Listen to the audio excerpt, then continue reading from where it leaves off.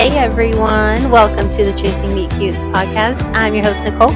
And your host Trisha. I'm sorry. Literally, I was thinking that you messed up.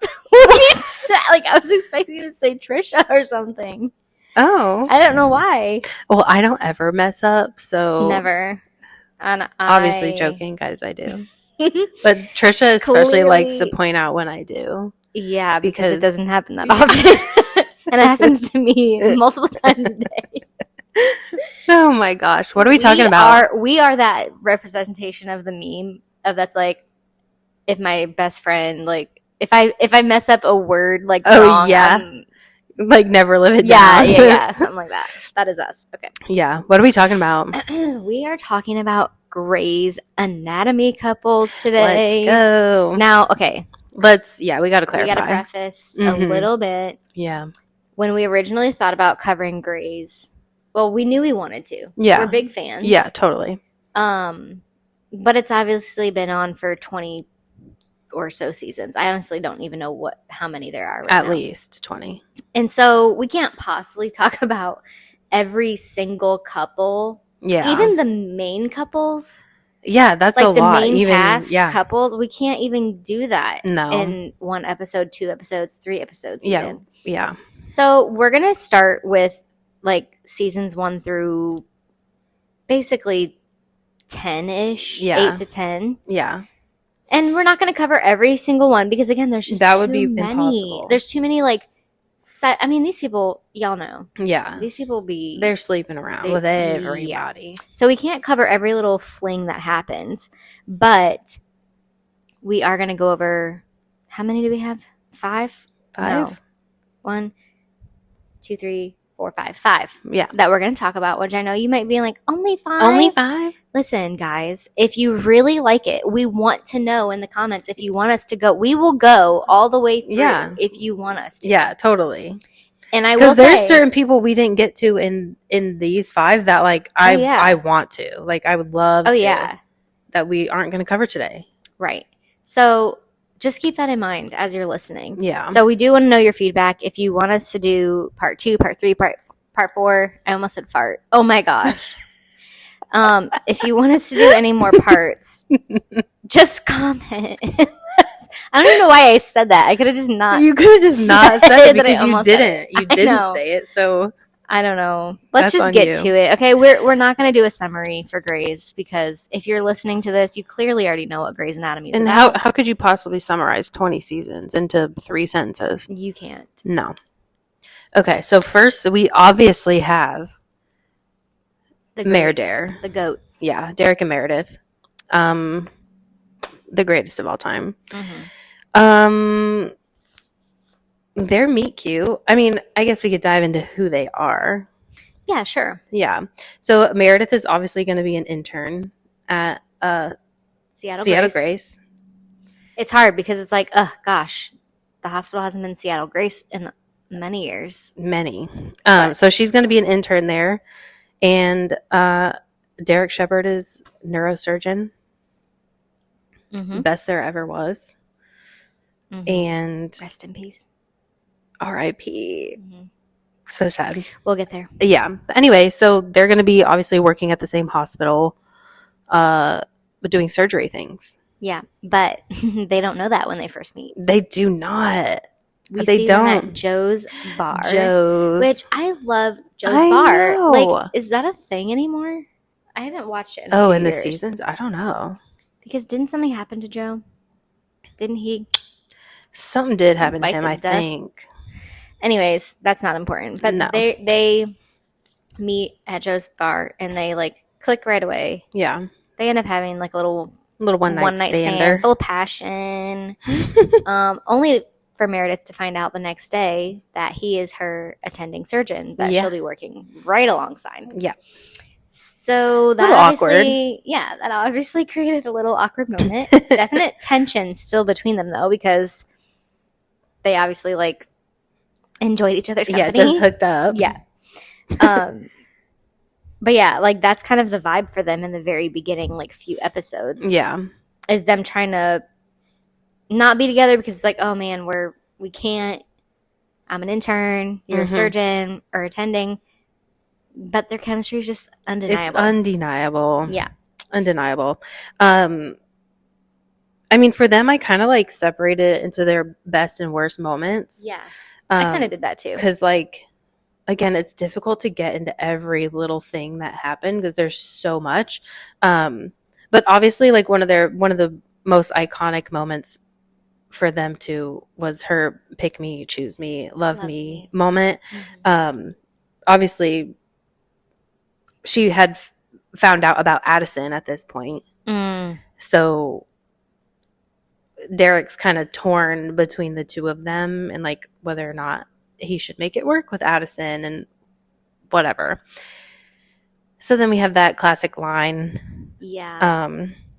I had that moment down as like one of my sad moments or like worse because actually I wrote bittersweet because we obviously love Addison.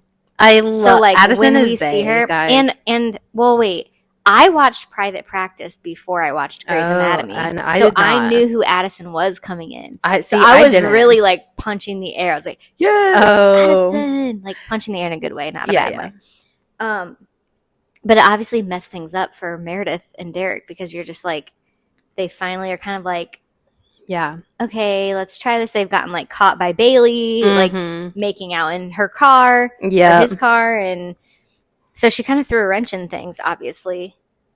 Yeah, and also like, what do we think about that? Because like Derek just, this is one of those debates of like lying by omission. Like, is that?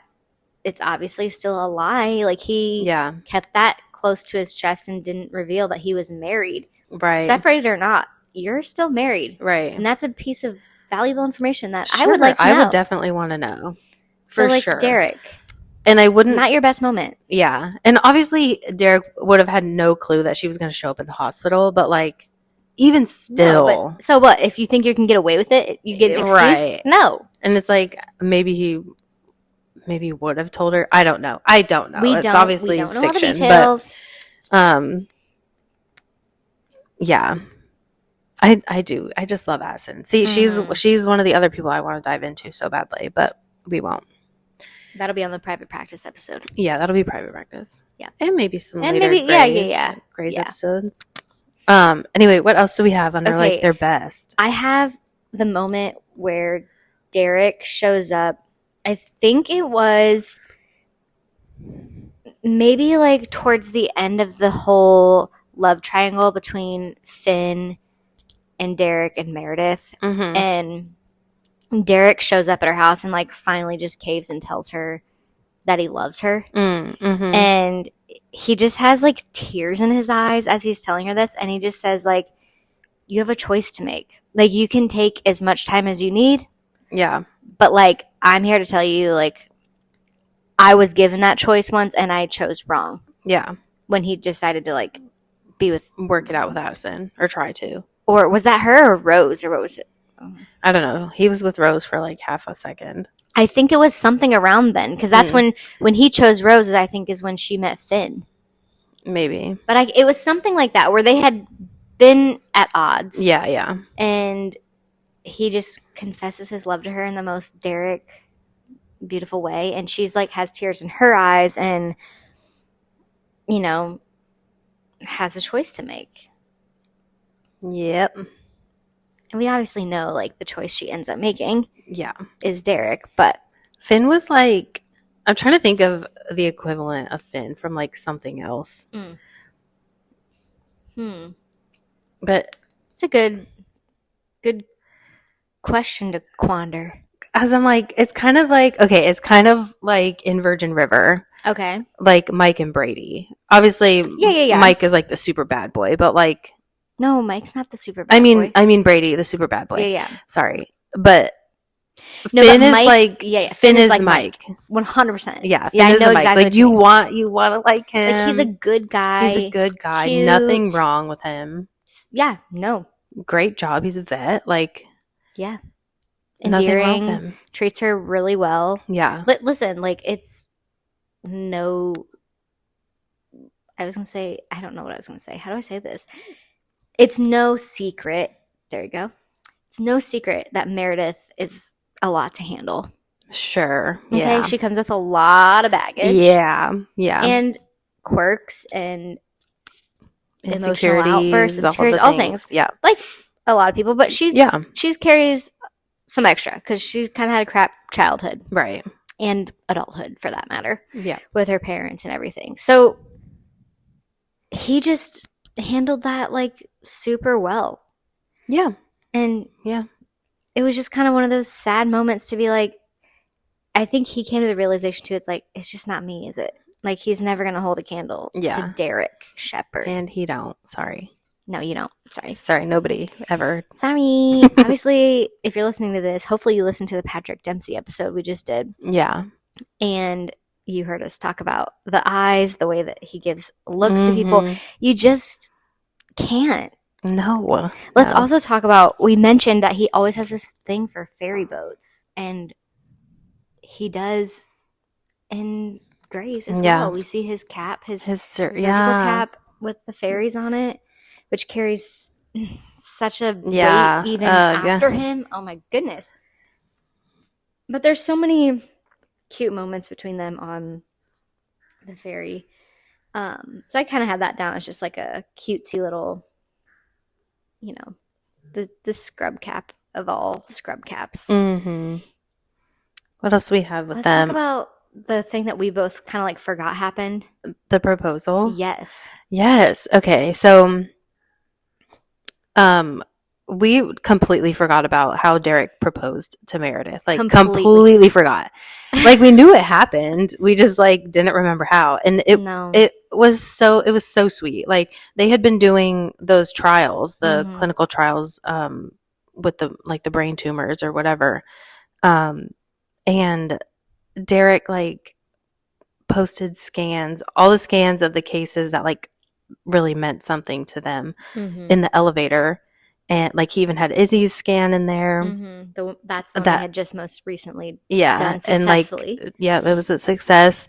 So he had all those scans in there, and he had like a little story for each one, and it just was so dang sweet. Like, it really was. Like, this is, I forget what, I thought I wrote it down, but I don't know. He explained each one, and basically was like, I'm not going to ask you the question, like, will you marry me kind of thing. It was just like, I had that written down. He's like, I just like, I want to spend the rest of my life with you. And she obviously agrees. Yeah, she's like, I want to spend the rest of my life with you. And that's their thing. And it's just funny because like, he knew if he asked a question like that, like it might scare her because like she's 100%. Insane like that. And they had been through, gosh, at this point, so many ups and downs. Yeah. And then they obviously didn't have a wedding. Yeah, that was the next thing I wrote down was the Post-it note. The Post-it note wedding situation. I remember being so like torn like by let that. Down by that. Yeah, I think I was let down by it watching that for the first time because just the back and forth and on again, off again relationship that they portrayed like this entire time, and then they finally do the proposal. They're having a wedding, and it's like, what? What? Yeah. And I'm just like, Derek, you good with that, bro? Yeah. Like okay. It made sense for Meredith, like to not have the big wedding, to not do that whole thing. And like, they were going to have the wedding, and then obviously, we see later somebody took the wedding. So it made sense for Meredith to like not want to do all of that, but it was like, I'm like, okay, do you think they still like legally made it legal? I don't know, because then I'm just thinking about everything like after that, like with his with death, the kids and death, everything. I'm like, your house. Are you legally married, or are y'all just like satisfied with this little Post-it note? I don't know. I don't know the answer to that. Like, I'm glad that y'all can stay committed with just a little dinky Post-it note and feel like that's good enough. We love each other, period. Yeah. It was like very unconventional, which fit them, I guess. But yeah, I was let down. Like, I wanted to see them have their moment Like a big at the wedding. altar. Yeah. Not even necessarily a big wedding, but just like, okay, when we talk about New Girl, how like Schmidt and Cece like planned this big wedding, and obviously it didn't happen like that. So they Yeah, just and it was ended like a up more getting married, intimate. yeah, at the loft. Yeah. And it's like beautiful, Yeah. tiny, but it was still so special, their moment. Yeah. And maybe some people would argue, but the Post-it note was their special moment. Yeah. And it was in private. But I'm just like, I don't know. I Of kind of wanted course more. wanted I don't know more. if that's a hot take or not, but I don't know. I don't know that I felt that it was. And I do think too, like in the episode, because the wedding did happen for right. It was still a special episode. it was still special. So I think that kind of like offset it a little bit. And of course it wasn't like a failed wedding or like a runaway bride situation. So ultimately Right. I was like fine with it, knowing that they were still together and everything was great between them. Yeah. But Yeah. yeah. And I think the reason why I forgot about the proposal in the elevator was because I just assumed that him building the house and yeah. Meredith surprising him with all the candles, like with the blueprint or whatever, how she Yeah. mapped it all out. And I was just, I loved I that thought moment. that was, Like, that was the the moment. But then proposal. I was like, wait, they've just had so many iconic moments. It's hard Yeah. to keep track. I know that was the next one that I had written was Me the too. house, Me too. the layout. That moment was so epic with the candles. I loved that. I think there are a couple that's affected pop culture so much that like maybe some people look at all these iconic moments and they're like, how many girls have just said like, pick me, choose me, love me, Right. or like felt that way. Mm-hmm. I don't know. I think they were relatable in some ways, but also just like so romantic and like grand in some ways that it just feels like unattainable, because who's building you a house and then you're just like lighting all these candles? I mean, that is just like an epic situation. Totally. So, the next thing I wrote was just how like when they adopted Zola, finally together, like, you know, obviously the whole Zola thing was a little unhinged for a minute. Yeah. On Meredith's part. For sure. But eventually it all worked out. Yeah, as it does. Yeah. But it was sweet to see them finally just like have a family, like be a family together. Yeah, because she had miscarried before that, right? Mm-hmm. Yeah.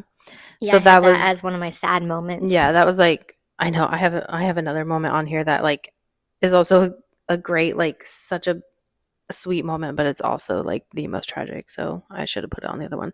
But anyway, yeah, it was just sweet to see that come together after the miscarriage and the tragedy, obviously, of, like the shooting episode. And oh gosh, that episode, I think that between that episode and the plane crash, like so nothing stressful. else they can do can compare to that. No, I'm sorry. No, I don't nothing. care who you want to add to the cast for how many years. No, it doesn't hold a candle. Yeah, and it's like, and then she gets to be a mother too. Like after, obviously, we see her relationship with her own mother, Ellis, is like so broken. Yeah. So I feel like it's redeeming in that way too, that she gets to be a mother and doesn't have to do it the same way that her mother did. Right. Yeah. Definitely. I kind of wrote some little honorable mention moments that were like good things, but not really like in any specific order. Well, first I just think that they like worked so well together because they were very opposite in a lot of ways. Like obviously they have the same passion for surgery, right, and just like caring for people in that way, and research, and just like their work ethic. They align on those things. Yeah. But personality wise, they're very different. Yeah. And just the way they handle their emotions, very different. But when Derek always calls her like dark and twisty, and like he's like bright and shiny. Yeah. I don't know. I just love that that's like very complimentary. Yeah. Complimentary. So I think he kind of calms her crazy while she like gives him purpose. Right. I agree. Like that's a good way in to a put way it. that like Addison maybe didn't fulfill that. I don't know. Yeah. I don't know. I can agree with But that. I also put it was just so sweet when Derek would just watch her sleep. Yeah. And like at one point he was watching her sleep and just told her that she was beautiful, or the whole like her snoring thing like gave Oh, him yeah. comfort. Oh, my Like gosh. he liked Yeah. when she snored, and also the argument that he got in with her about when she kept saying like you're my person to Christina, and he was Oh, like yeah. I want to be your person. Yeah. Yeah. And it was this whole back and forth debate, and like obviously like she kind of settled on, well, you're both my person. Right. Like she's my person for these things Other and things. you're my person for everything. Yeah. But I always laughed when like Christina would come over. be When in like, bed with yeah, him. and her, I'm like, that is, I don't think that this has ever actually happened, but I'm like, that's Olivia, like me and Olivia and Tim. Like, Yeah, it's for so sure. funny. My other, I'm going to just say this moment, even though it's one of the worst, but it's what he said was the best, was his final voicemail. Did you write that down too? No. So his final voicemail, obviously the circumstances surrounding that are horrible and like the worst moments, but like I said, what he said was just so good. He was on the ferry when he was leaving the voicemail for Meredith. And he was just basically saying like, I love you, I love our family.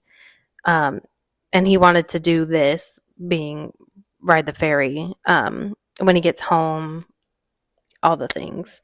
And then he just said like, I'll see you when I get home. But obviously he doesn't get home. And then they listen to that voicemail after the fact, obviously. And that's just like, so the voicemail itself was just so sweet.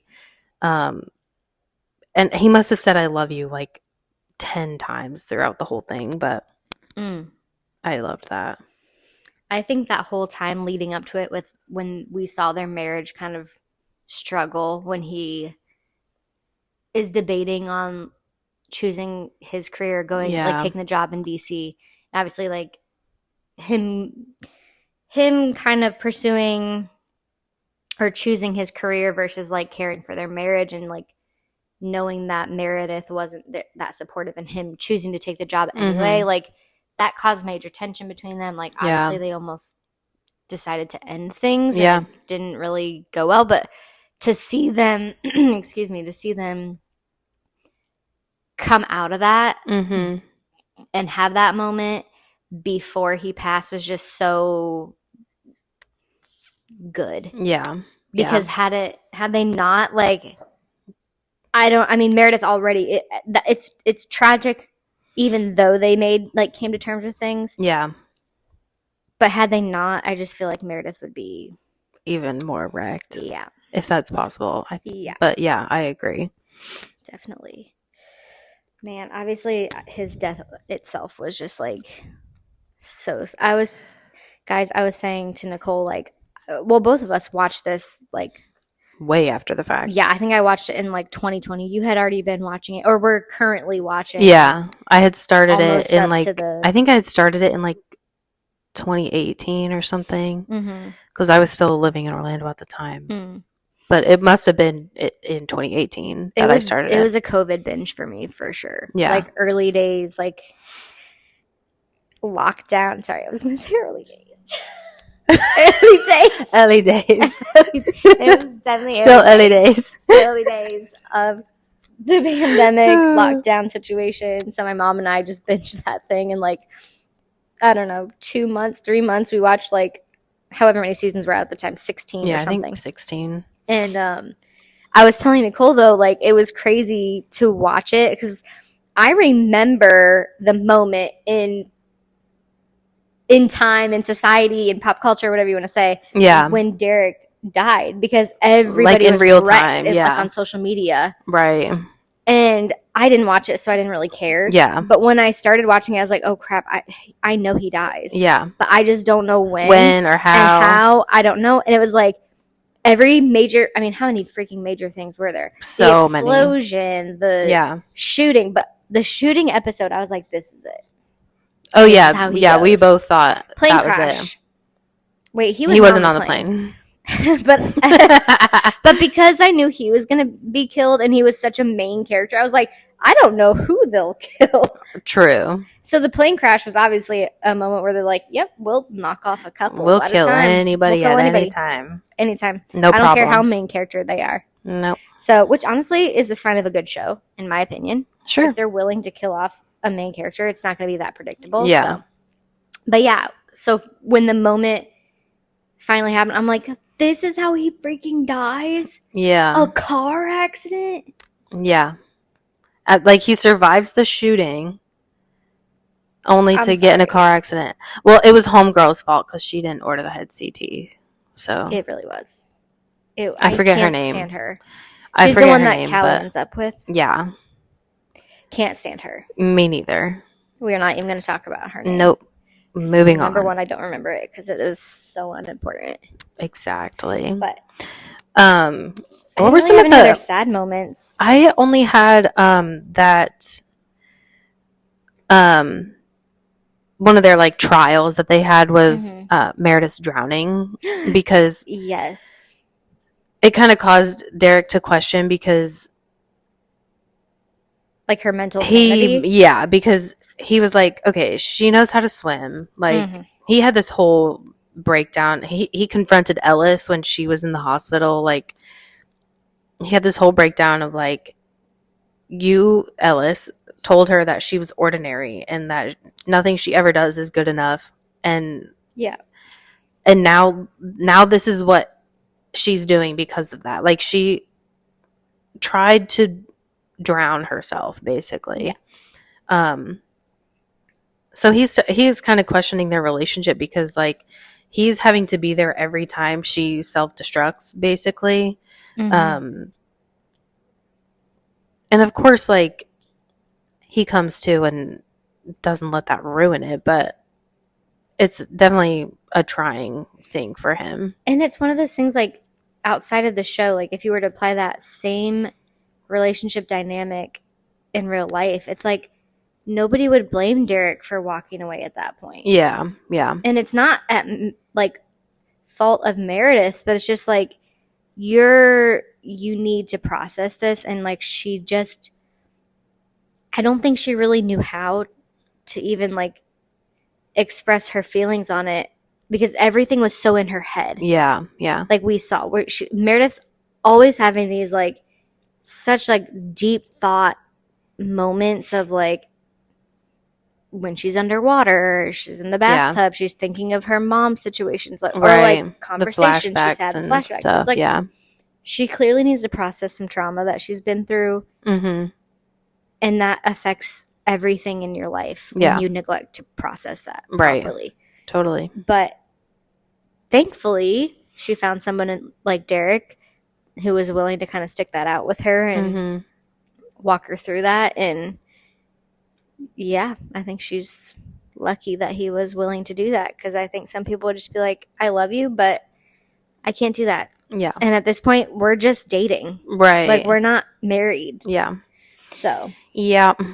But they're obviously very iconic, and it was a sad, sad day. I just, like, I didn't care to see Meredith with anybody after that. No, me like, neither. I really didn't like anybody except Riggs. Yeah. And then the show freaking screwed that up for us. Yeah, it did. Yeah, so, it did. Rude. I didn't like anybody else for her. I didn't want to see any other moments. I didn't care that much. No, me neither. Of course, when Riggs came around, I loved them. I was like, if anybody, him. Yep. But that's it. And the way that they handled that with one another, beautiful. So great. And they would have lasted if his ex-wife didn't come back to life or something. Yeah, whatever. Without a stomach, somehow. Yeah, whatever. Megan. Whatever. Weren't. The Hunts. They ruin everything. They do. Oh my gosh. Let's talk about the next couple, because we could just ramble on about. I know. Okay, the next couple is, we're going to be talking about Christina Yang and Preston Burke.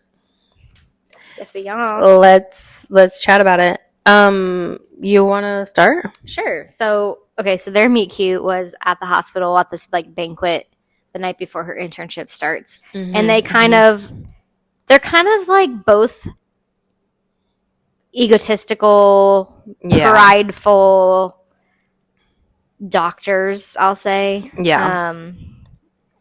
I don't know if you would say like God complex. Like a lot of times people will categorize doctors like that, but kind of close to it, you know? Yeah. And so they're kind of like impressing one another with their skill and their knowledge. And there's kind of like some tension there. And then we see that in episode 2, obviously she realizes, okay, he's also an attending. And he realizes she's an intern.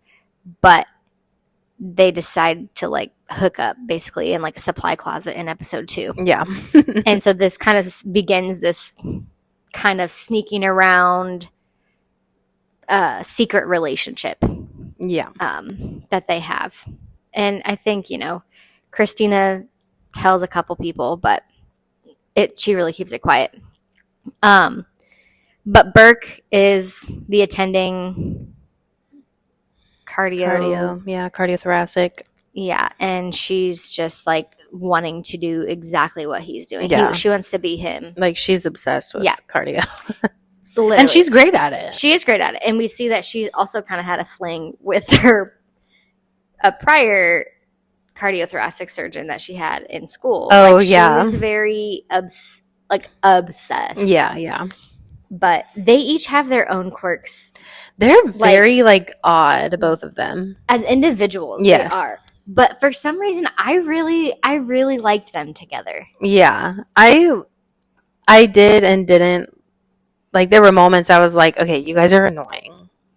Yeah. But definitely. For the most part, like, I wish they would have worked out. Mm-hmm. I think, okay, there were times where, like, obviously we've said this, like, Christina, she's the problem. Okay? She's got problems. Yeah.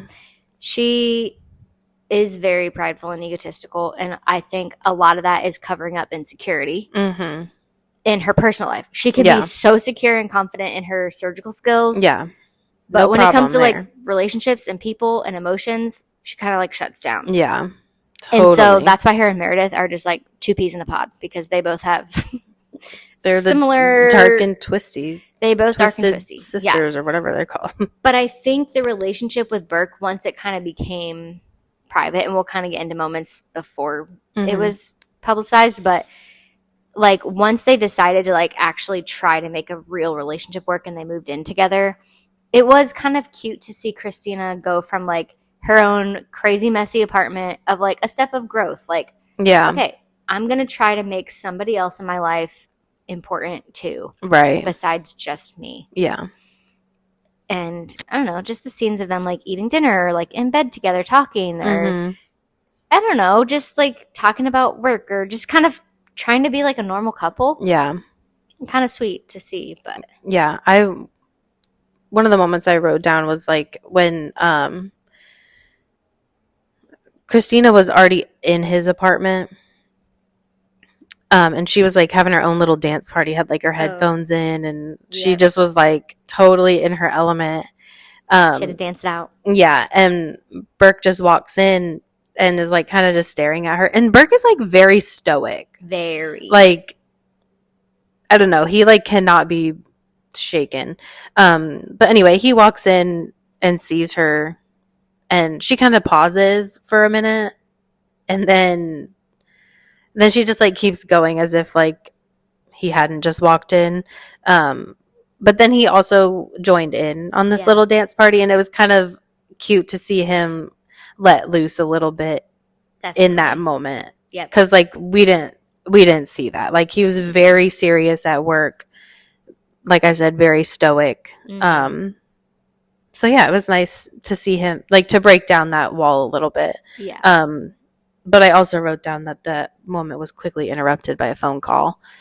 I think it was her landlord or something like that that said her apartment flooded, and I can't remember like if she had said she got rid of her apartment and was living with him, but she was lying about it. So it like like the fact that she still had it, that like really really upset I think him. That's just like her willingness to be dishonest to protect herself Mm-hmm.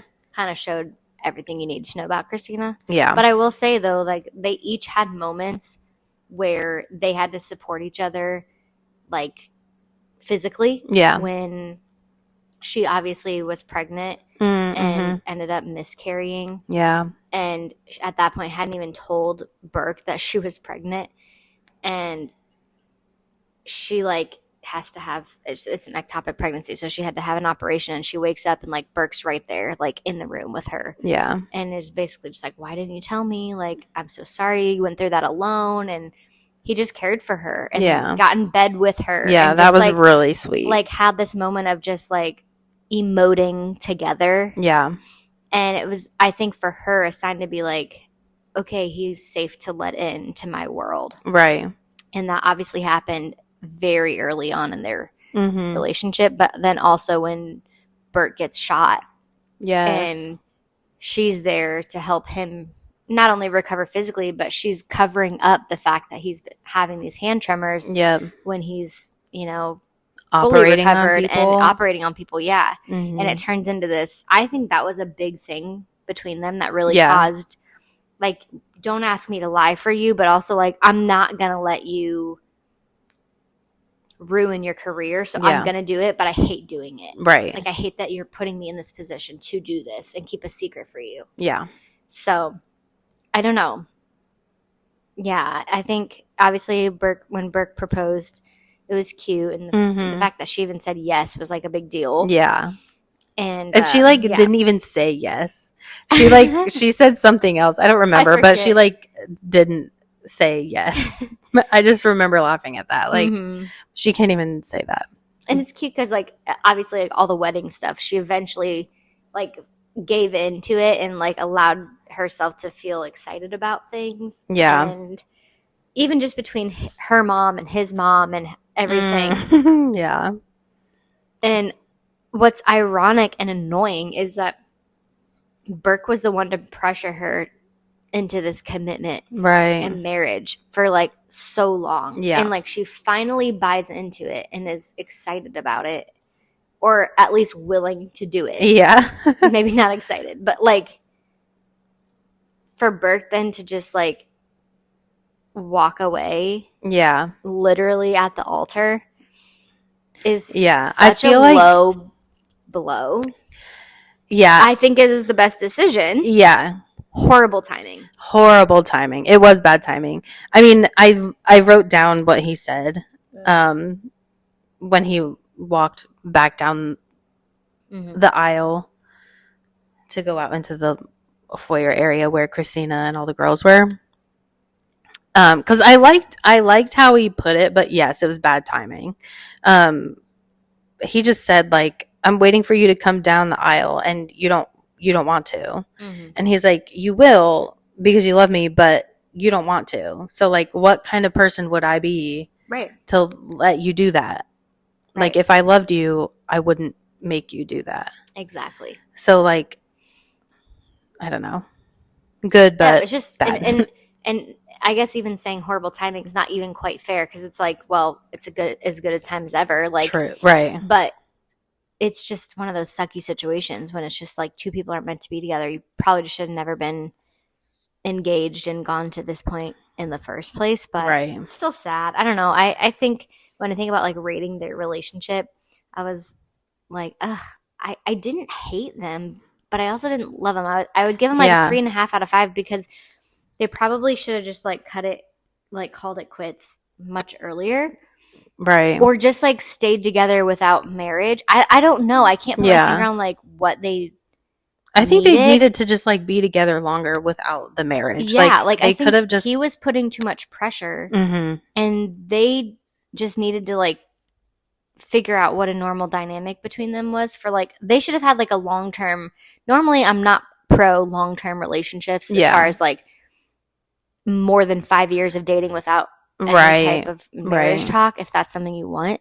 So, but for them, I'm like, shoot, date for 10 years. I don't care. Right. Like, that probably would have been better. Yeah. And I think they could have maybe worked. And there was part of me that, you know, in season 10 or whatever it was, when he's in, what is it, Switzerland or Sweden or Something something like that. And she gets a job and chooses, her career over pursuing whatever relationship with him. I was kind of like, ugh, I kind of wish like we would have just known like, oh, they're going to be together. Right. And maybe in our heads we can say that happened eventually because we don't really know. But maybe. I don't know. I'll tell you one thing though. I like them a heck of a lot better than I liked her and Owen together. Yeah, let's talk about that. Mm. We are Owen haters. Yeah. Unfortunately. Which I don't really think is that hot of a take. Like, I think most people are just like, ugh, Owen, what are you? Ugh, yeah. Owen. I don't think anyone's like, Owen, love him so much. There's no way. And if you're one of those people, let us know. I need to know who you are. All I'm telling you is didn't get a Mick nickname. No, he didn't. For a reason. Okay? Exactly. I did think, however, their meet cute was very cute. Like, very, like, take him as, like, what we know about him. Like, at that first scene, we knew nothing. Right. And so, it's, like, romantic and grand gesture-ish with, she obviously sees him respond. She has no idea who he is, that he's the new trauma surgeon. Right. At this point. He's just, like, I think he was still in uniform or something, wasn't he? I think so. And he just responds to this trauma case that comes in and literally ends up doing an emergency tracheotomy, like stabs the guy's neck with a pen or something and saves his life. And she's, of course, just like, I mean, taken back by his skill and everything. And, clearly she's impressed and attracted to him. And before he leaves, he just, like, kisses her out of nowhere. Yeah. And she's even kind of like, was that in that moment? I don't remember. Or was it after the episode? So I don't know if they after she was impaled. I think it was before she was impaled. Okay. She was definitely like in the room. Like, I want to say they were in like one of the trauma bays, like standing up, and he just like kisses her out of nowhere. Oh my gosh. I mean, I wouldn't put it past him. He's very impulsive like that. Yeah. Yeah. Yeah. Yeah. Impulsive is one way to describe it. Yeah. But I feel like it was like pretty quickly they kind of just like had a thing. Oh yeah, I feel like they just like jumped right in. Yeah. It was sweet though how he did treat her impalement. Yeah. Her icicle. Yeah, totally. I mean, that was cool. Yeah. I mean, what else did I have? I mean, I do remember like the hyperbaric chamber situation where she was like in it with the patient and was stuck or something like that and was going hypothermic, and Owen like saved her and like warmed her back up. And I mean, that was like a sweet moment, but like, right. And he helped her like process the PTSD she was having from the shooting, which is like also ironic because his own PTSD. Let's address yours. His PTSD was serious in that beginning. Which again, it happens. It's a very totally. Real That's thing. absolutely. But I mean, when he like literally like chokes her. Yeah, he choked. Yeah, I'm like, I don't know. I don't know if I could do that. I don't know. I know she comes back from it and like well. She did. I think too because she knows it's a real a real thing that people deal with, but like yeah. I would have a hard time. I would too because it's like obviously she knows he's not intentionally in his right mind of course trying to hurt her. Yeah. But the reality is that is happening. Hurt her and or killed her. Killed you, exactly. So that's something to take into account. I mean, it's like I don't know. Yeah. It's just it's definitely a choice somebody makes when you choose to love somebody with PTSD. That like, okay, I'm gonna ride this out with you. Yeah. And it could just be we don't know what it could be. Yeah, totally. The only well, I guess not the only. I didn't make a note of when Christina was like complaining about her hair getting in her face at some point in like a surgery. Owen literally was like cutting her hair Oh. out of her face for her, and like that was classified as like a cute moment, and I'm like, Don't cut my hair. don't do that. And No also, thanks. he also proposed in an elevator. Woof. Yeah, sorry. Copycat. You cannot be Derek. No, You think you can't? You can't. that was already taken. McStinky. McStinky. McUgly. Oh my gosh. Sorry. Why do you know what? I want to say sorry to his real self because Kevin McKidd. Yeah, Kevin McKidd. That's his nickname, McKidd. Because it's like nothing personal. I don't know you. It's just like No, you do a really it's good just job playing at characters that are easy that to we hate. don't I'm like. Yeah, sorry. yeah, it has nothing to do with him as a person. He's probably And it's great. not like I couldn't find a single Owen moment that I'm like, oh, like he's not that bad. Yeah, Like sure, he's certainly not like the worst cast member I could ever think of. Erica Hahn, Rebecca Pope. I mean, we can make a list. Wait, who's Rebecca Pope? Rebecca Pope is the one that freaking peed. Oh, that was her last name? I knew who Rebecca was, but I didn't remember her last name. Yeah. Oh, okay. Who Yes. peed on Meredith's couch, yeah. Yes, who was obsessed with Alex. Ew, she was weird. That whole thing was weird. Anyways, we're talking about Owen. Sorry. Sorry. But I do think their wedding inside Meredith and Derek's house was sweet. Mm-hmm. Like, and it was also felt like redemption for Christina. Yeah. After that whole thing. Right. Obviously, their marriage didn't last. Mm-hmm. So, sad day. But yeah, I know. I feel like. But they had some major issues. Major. Like, obviously. Okay. The main one. The main issue was she gets pregnant again. Yeah. She obviously doesn't want to have kids. Yeah. Definitely not at this point, like in her career. Or ever, maybe. Or maybe even ever. I think she's kind of undecided. Yeah, she's. In general. Mm-hmm. And Owen's kind of like, well, that's fine. Like, he kind of is always fine with that. But now here, opportunity presents itself. You're pregnant. I would love to have a family. Maybe we should just like do this.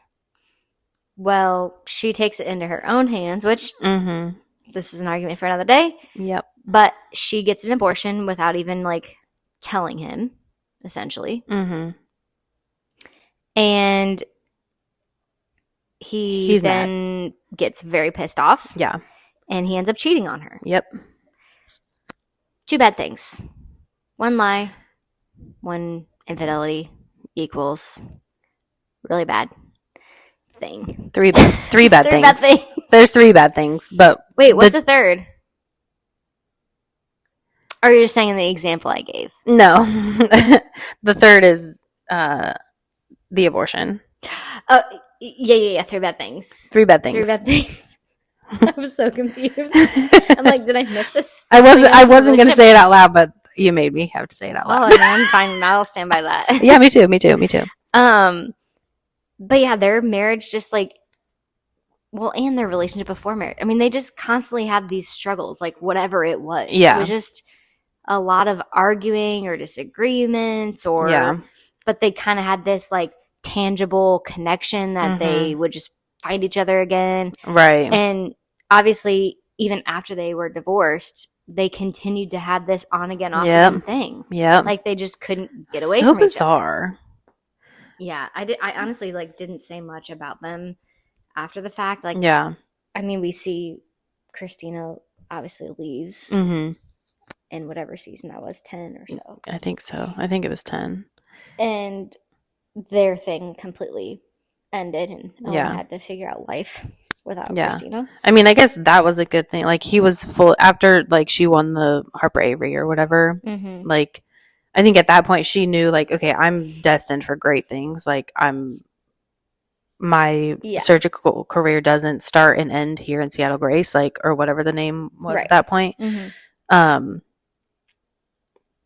So I think she knew she was on to bigger and better things. Right. And Owen kind of, I mean, he was supportive in it. Like, he wasn't like begging her to stay or telling her she shouldn't go or anything like that. Mm-hmm. But I don't know. That's not like a grand gesture or anything. But I guess it was nice that he wasn't fighting her on it, even though they weren't Yeah. together. I mean, I think it's kind of like similar to Burke telling her, like, I know you don't want this. So, like, as much as I do, I'm not going to force you to be with me. Right. And I think he kind of just knew that. She's got to go, like, fly on her own and be Miss Independent. Yeah. And I got to let her do that. Yeah. So. And the moral of the story of Christina is that she is toxic. She is the common denominator in all of her struggles in relationships. So. Yeah. And it doesn't mean that clearly Owen's not perfect. And neither was Burke. But Christina is like on another level of. Yeah. She just wasn't ready to be in a relationship or a marriage with anybody at that point. No. So, anyways, that's pretty much all I had for theirs. Because me too. I mean, obviously, we see Owen get into 100 many more relationships, and if we do multiple parts, if that's something you guys want, we will delve into those at a later date. But, we're gonna move on to Izzy and a couple of the relationships she had in the early seasons of the show. Yeah. Izzy is also someone I still consider her like one of the OGs, obviously. Oh yeah. But like, you hate to love her, you love to hate her. I don't know. Like, I don't know which one it is. Yeah. Because there's so much I love about her character. Yeah. And yet, there's a couple things I'm just like, Izzy. Yeah, I agree. But I don't know. Start the first. I'll just go with Izzy and Alex. Okay. So obviously Izzy, like, she's like the sweet, empathetic one. Mm-hmm. Alex is like the bad boy, super arrogant. Right. Good at what he does, and he knows it. Yeah. He's gonna let everybody else. Right. He's like emotionally guarded. Especially early on in the show. Mm-hmm. He has. Side note: he has like the best character arc ever. 100%. Anyway, we won't dive into that, but yeah. I said they don't really have like a meet cute because they're just in the same intern class, if you will. I had that their first kiss was in the locker room. I know you had something different. So I don't really know what. I had just like their first like intentional shared kiss of like we like each other. Okay. I think the first kiss in the locker room, I think was just like Alex planting one on Izzy. And it was. What the heck? Yeah, because she was like, she definitely was like surprised by it, but also kind of intrigued. Like, oh, right, because he like was the ladies' man, like sleeping around with anybody that would, and he always like dogged on her for being like a model. Right. And just kind of like the pretty face. Yeah. And not a surgeon. Yeah. And also they were roommates at Meredith. So it's just like he was just kind of like the pest. Yeah. Like the annoying brother. Group. Exactly. Yeah. And maybe she was like, thought he was cute, but also she was like, you're also horrible. Yeah. So, like you suck. Yeah. In the early days. Yeah. But it was not much, no real substance there. Sure. Yeah. I mean, at one point, I don't know if you have anything between this, but like he decides that he wants to prove that he's not just like the jerk. Mm-hmm. And this is all when like the whole Denny Duquette thing is going on, which we're gonna dive into that too. But he's like super supportive of her through that whole thing. Post DD during. And post, but but during, DD meaning Denny Duquette. Oh, Denny's death. Oh, like okay. DDD. I'm sorry. Denny Duquette's death. Triple D. Because struggling. He was kind of supportive during it. Like, like go for it, be there. Yeah. But like him of all of them. Yes, after, yeah, that's kind of what I thought you were going with. Gotcha. But also during and after, for sure. Yeah. I mean, another thing that he was fully supportive through was her cancer diagnosis. I don't know if you want to talk about that at all. Just, I mean, I think as anybody would hope that their person would support them during something like that, he really stepped up to the plate and was there like I mean, we did kind of see him do that with the Rebecca Pope thing as well, because he just got like so deep into it. It's like, if he's gonna allow himself to unlock emotionally, it's like all or nothing. All gas, no brakes. Exactly. And I think that's kind of, and also at that point he was in love with Izzy. Yes. And was scared to lose her and just was willing to do whatever she needed. And he kind of lost himself in that, I think. And not in like a bad way, but just because he was so consumed with it. Yeah. That he really came to terms with his softer side, I think. It was like after that whole moment of the cancer diagnosis and then like their wedding and all that, like, he kind of, we saw this different side of him. Totally. Like, moving forward. Yeah. Which, I mean, I think it was so great, like, obviously to see him kind of make that turn into becoming someone who is like super caring in general, like, and protective of his friends and like, and isn't that just life and maturity? Yeah. It's like when you're young 20s and you're arrogant, especially in a field like medicine and surgery, and you're constantly just trying to one up each other. Like, that's all they were doing. Right. And fighting for cases. Exactly. And now he's just kind of like experienced that there's bigger things and there's sadness. And there's real life trauma that goes on. And it's like, and all you have is these people who are doing it with you because they understand what you all are doing. Like, nobody else can really understand it. Like, and you're you spending do. so many hours a day, a week, exactly, in that place together. So yeah, I think that was his moment of change, if you will. Yeah. I thought, I wrote a couple things down about the whole cancer thing. Like, when he was the one to like shave her head, that was like such like a sweet, intimate moment between the two of them.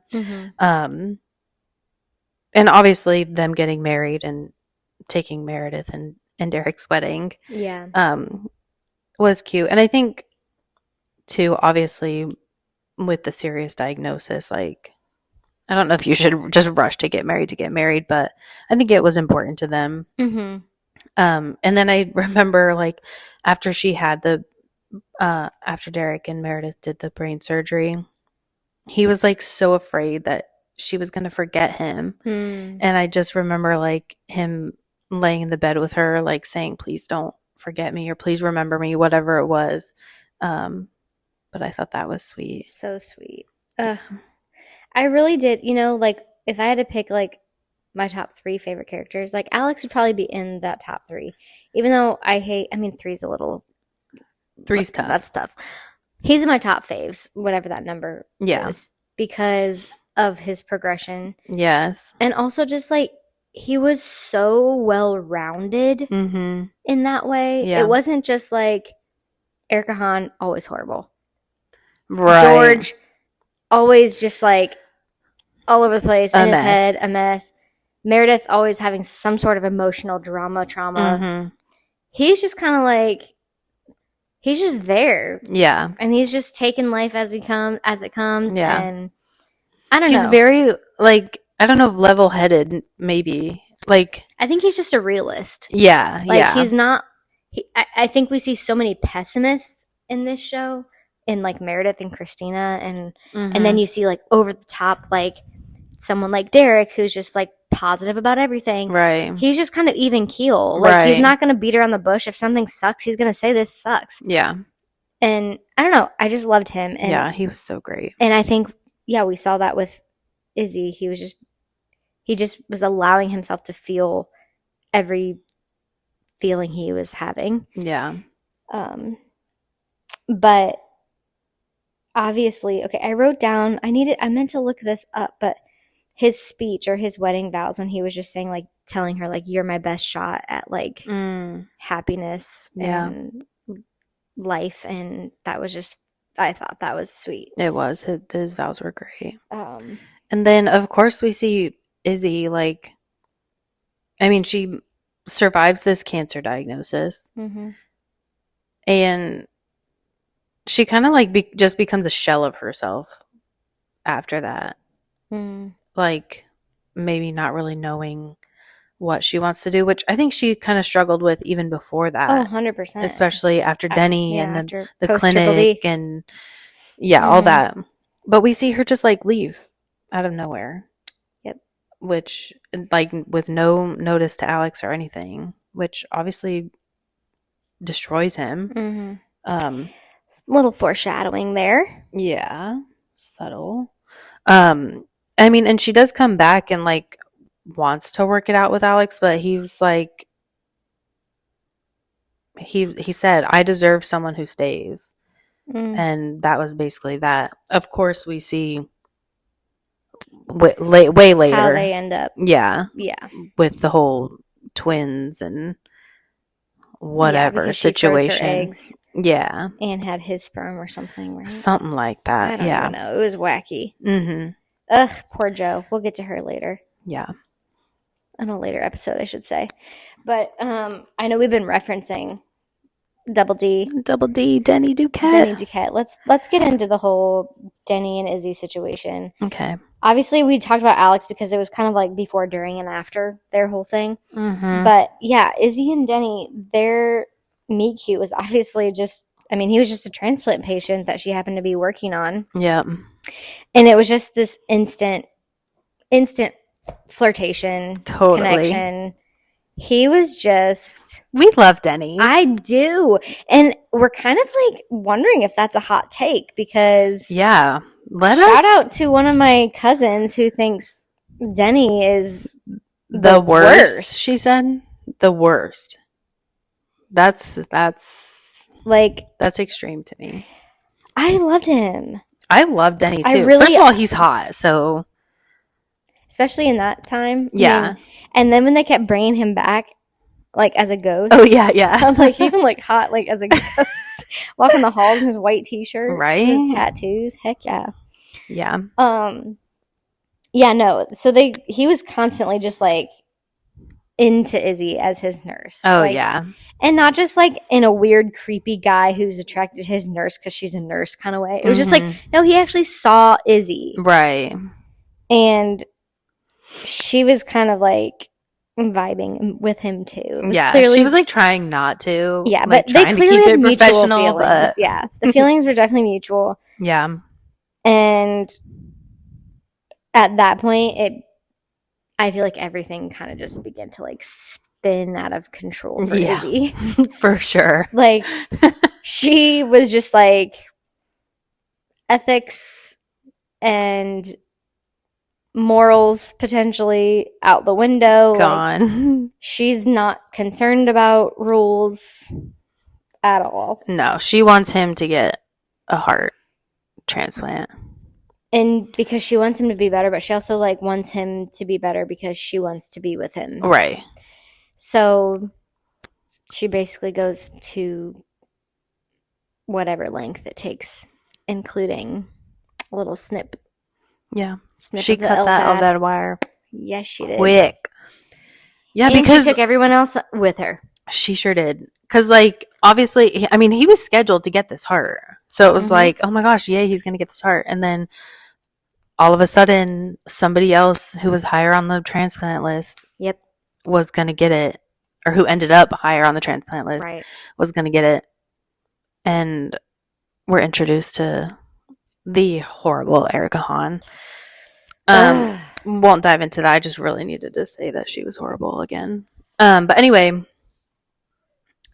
yeah, she cut his velvet wire, making him go straight to the top of the transplant list. That whole conversation between Burke and who was it on the other end of the phone? Erica. No, Burke was talking to one of the interns, like give me real updates in real time. Tell me what's going on now. Is he this? Is he that? Yeah. And they basically have to like. At first, they're kind of like lying. Yeah. Who was it? Was it Alex? I couldn't remember if it was Alex or Christina or Meredith. I don't know. It was. I don't know who it was. I don't remember. But shoot, I don't remember. They were basically like. Because Izzy was like, just tell him this or that. Yeah. And he's like, unless Burke on the helicopter, like on his way to get the heart. That, and then he was like, at one point, at the hospital. Yeah. Like, they were arguing back and forth. With Enos and, okay. The whole thing. And so, oh my gosh. Forgot. yeah, obviously, once she cut the LVAD and he was literally, like, dying. Mm-hmm. I mean, she was hand pumping his heart. Yeah. Like. Yeah. So he obviously ended up getting the heart after all that. Mm-hmm. And there was like maybe a good day maybe that they had, and when he because proposed, he proposed on the prom night, the prom episode. Yeah, Stop. the prom for Richard's niece. Yep. Yeah, his proposal was just so sweet. So cute. And I will say, as messed up as all of that was, her obviously cutting the wire and everything, that's just like that real love. Yeah. Like, what are you willing to do for the person that you love? Yeah. That's it. That. Yeah. And she went to the ends of the earth. Did. And because she went so hard, and it was just such a short amount of time that they forged such a connection. Yep. And love for each other. Like, when he did die, it was gut-wrenching. So devastating. It was so sad to watch that and see her, like, I mean, it was the next episode that he died. Literally. Like, oh my gosh. It was not long. That was so sad. I did write down a quote that he said that I thought was so sweet. He said, "I lie here all day waiting for rounds because you're going to be there. And then you come in and it's like springtime." And I'm like, that is so precious. How can you not like Denny? I know. I don't know. He was great, and I wish he would have lived. Me too. For everybody's sake, including Alex and Joe. Yeah. True. But the last thing I wrote down about them was later on, after his death, when she finds out that he left her this absurd amount of money. Oh my gosh, and she like didn't know what to do about it or what to do with it. And she just had that darn check on the fridge. On the fridge, yep. And everyone's just like, what are you going to do with this? You got to get rid of it. You got to go do something with this. And she just, like, it took her forever. And obviously they had, created the clinic and named it after him and his memorial. Yes, and, very so it was very sweet. So he lived on in that way, I guess. But yeah. All right. The last couple we're going to talk about. Again, there's so many. There's so many good ones. But we couldn't talk about McDreamy without talking about McDreamy. So, Mark. Well, let's talk about specifically Mark and Lexi. Yeah. Because Mark is another little man whore, if you will. Yep. Wait, I also want to know in the comments or wherever if you're more of a McDreamy or a McSteamy that's fan. A good one. Ooh, you're McSteamy, aren't you? Yeah, I'm I am. I mean, McDreamy.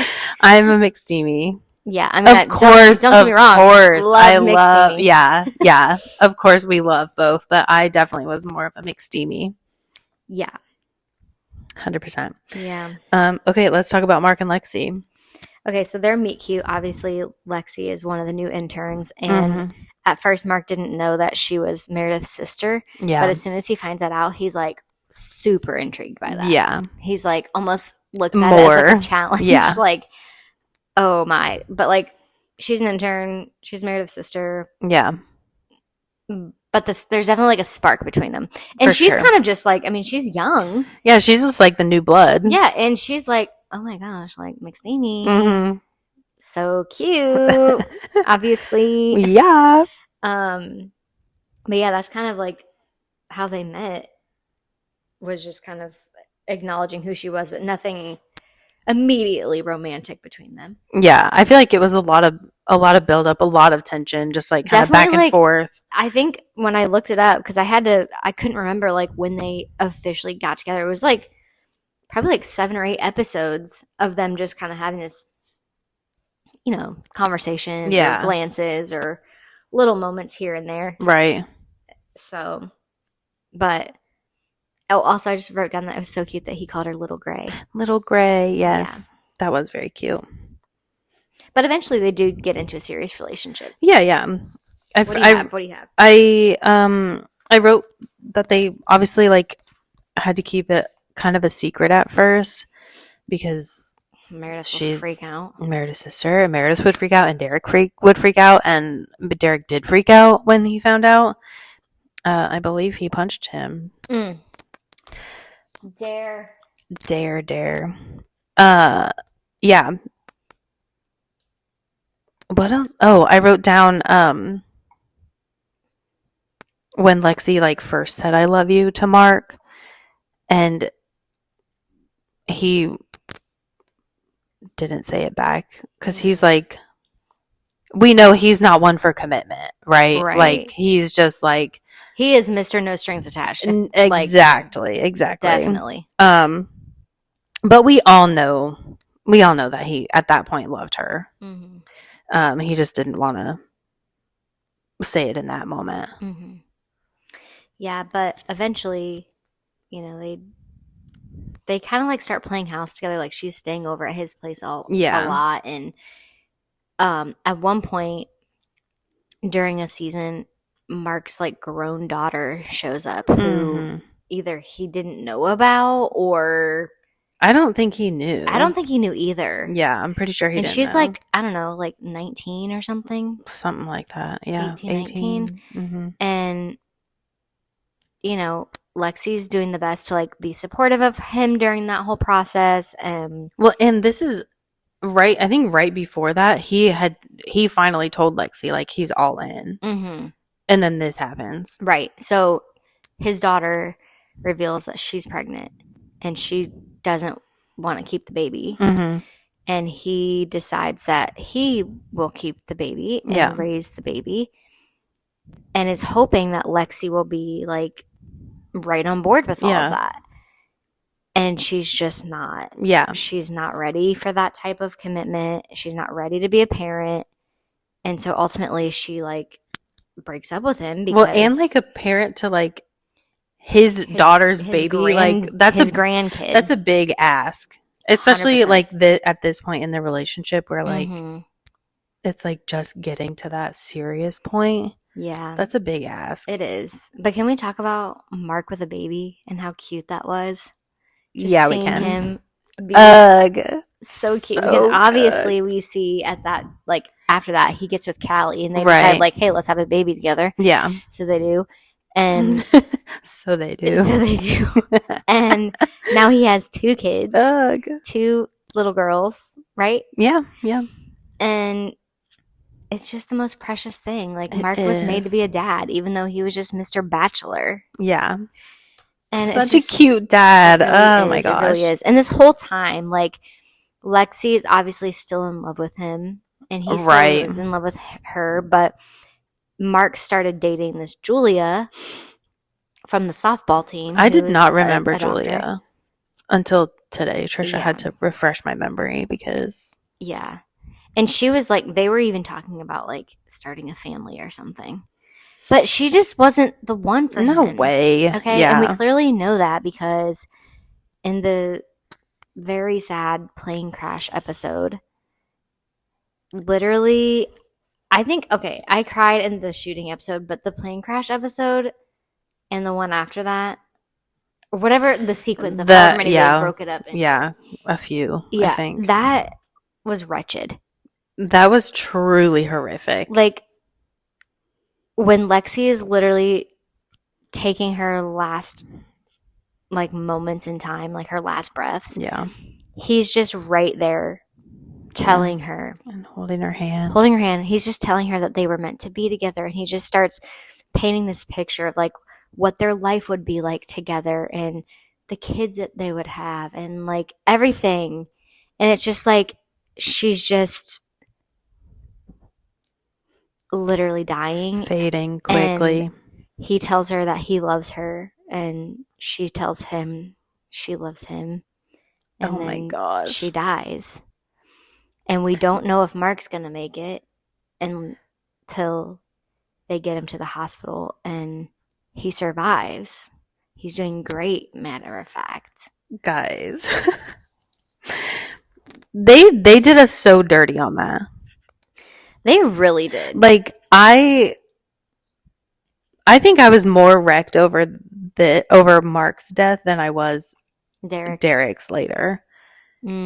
Just because of how they did it. It was very unexpected. Like, the Mark. I didn't even know if Mark died at all in the series. Like, I didn't know if he was just written out. I had no idea. Or if he died. I didn't even know he existed in the series. Like, I didn't know. Well, yeah, exactly. Just compared to Derek, where we were kind of like just waiting for that moment to happen. Mm-hmm. This caught me off guard. Oh my gosh. The most. That was just bad. That was rude. It was, truly. And it's just so sad. I can't believe they did that to us. Mm. So obviously, he leaves 2 little girls. Yeah. And Callie just takes them both, I think, right? I don't remember. To his daughter? I think maybe she just takes the baby back or something because Callie definitely doesn't end up with her. Oh. With the other baby. Wow, I can't remember. It's been so long since I've actually thought about these moments. Yeah. But Mark and Lexi are one of my favorite couples. Yeah, I wish so badly we would have gotten to see more of them. Me too.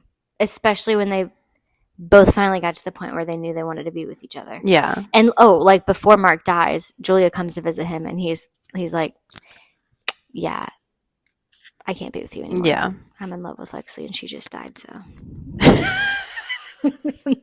And she just I'm not going to be able to make this work. Yeah, I do. I remember it was like this little I've had so many quotes written down for this episode, but something about I think he was talking to Derek and Callie before he died, like in the room. And he was talking about like if you love someone, tell them. Basically, I didn't write down the quote, but it's basically tell them no matter what, no matter if you it doesn't work out in the end or if it makes things difficult or whatever, just tell the people that you love them. Yeah. That's good words to live by. For sure. Bob Saget said something similar, I think. People, since his passing, people have always said that's how he was. Yeah, always say I love you. Make sure you say I love you to the people that you love. Yeah. Why hesitate? Yep. I'm bad at that sometimes, but. Yeah. Anyways. Mark and Lexi had something special. They did, and it got cut way too short. It did. But, yeah, I think the plane crash was a pivotal moment, too, for obviously everybody. Everybody. But then we just started seeing so much change happening within the show. Yeah. And seasons 10 through the current, just so many new people. Right. So many new storylines. Just so crazy. Yep. But, so those are the 5 couples, really, that we wanted to hone in on. I could have spent so much time talking about George. I love George, too. But that's just all we had time for today. So let us know in the comments who we missed from those early seasons of Grey's that you're like, you have to go back and talk about these. Yeah. Or in the last half of Grey's, who are you have to. Yeah. Obviously, your favorites. We have to talk about Jackson. Right. Avery. We can't not talk about him. Maggie. Right. But it's do you guys really want to hear about Richard? Amelia. I mean, there's so many. So let us know who you want us to talk about. Just please tell us, because we will do whatever you guys want. Yeah. In relation to this episode. Not whatever you want. Right. In general. Hello. But thanks for listening, guys. This has been such an epic first season of episodes. This is going to be our final one for season 1. Yes. But don't worry, season 2 is coming right around the corner. No pauses. Yeah, no pause. No pauses. This has just been so fun for us. So thanks to those of you guys that have listened to every episode. You're the real ones. Yes. And I want to know if you guys had to watch anything new for the first time during season 1. Did you watch, I don't know, Virgin River for the first time in order to listen, which I'm sure you didn't because everyone watched Virgin River. But Or who knows, like one of Sandra Bullock's movies. Did you have to go back and or rewatch Patrick's something? or yeah, what was whatever. your favorite episode that we covered, or favorite movie or show or couple that we talked about? We're curious. We want to know. So, and if you have any ideas for us, please comment below or email us at chasingmeetcutes@gmail.com. Yeah. Send us a DM, whatever it is. Whatever. Just contact you girls, okay? All right, guys. Well, thanks again for listening. We love y'all. Bye.